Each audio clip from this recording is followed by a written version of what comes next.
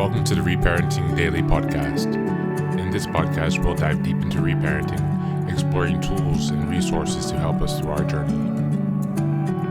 The podcast is divided into 3 sections. First is a reading. Second is a discussion of the reading, followed by a journal prompt. And the last section is a peaceful meditation for closing.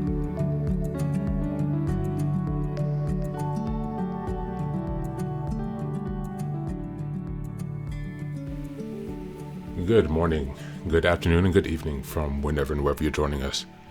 Thanks for being here for another day of reparenting.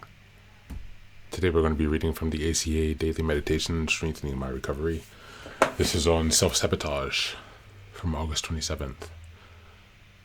I decided the only way to overcome the self-sabotage was to integrate my critical parent into my recovery process. Big Red Book, page 207. We try to ignore our inner critical parent, the compilation of the voices we heard as children and were used to hearing in our heads. If it was too strong to ignore, we tried to fight it, but it always seemed to win. In ACA, we learn to uncover why this critic has such a strong hold on us. By acknowledging the trauma that's behind the voices, we understand and gradually learn to substitute new behaviors so we can silence this tyrant in our heads. This gives us freedom as we bring new light into our lives in little ways. We begin to trust ourselves, others, and our higher power. We have healthier relationships as we find ourselves attracted to the strengths and depths in people who can hold our feelings safely rather than trying to shut us down. We let go of dysfunctional people. While they may have taught us lessons we needed to learn, we know that staying is toxic. In doing so, we feel no shame or remorse. It is time to move on. We are open to the new adventure, to the next adventure. On this day, I will be aware of my attempts at self-sabotage because I believe in the promise of the growth ahead of me. I will use my lifeline, the support system that ACA gives me, and I'd like to add as well as the one that I'm continuing to build on my own.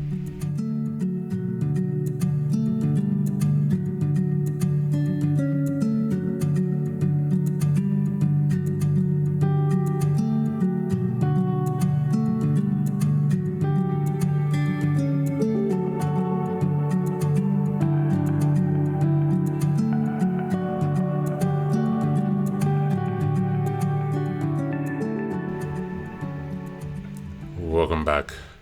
Self-sabotage, yes. It's common that when we experience the lack of support growing up, that you can fall into patterns of self-sabotage due to either doubt, the lack of training in some certain life skills, or perhaps just because of the neglect.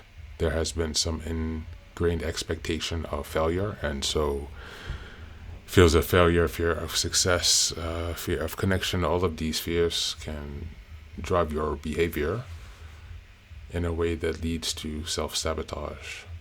So it really takes time to slow down and to be aware of all the things that are going on and the effects that they have in terms of how they relate to your beliefs and then how that manifests in your behavior.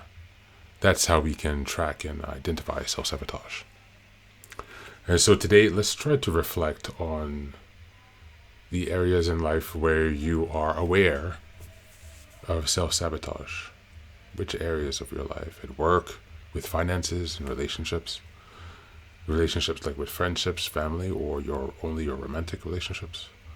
Maybe in terms of your goals or just your hobbies, perhaps your physical appearance.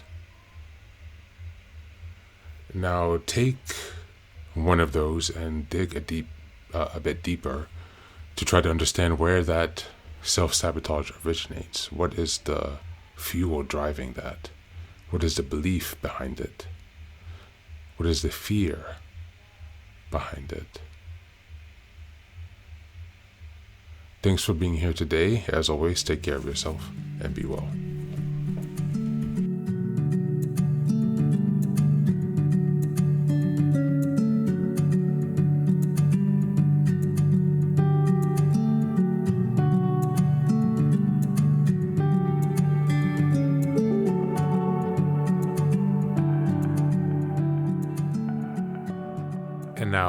let us move on to the final section, the meditation.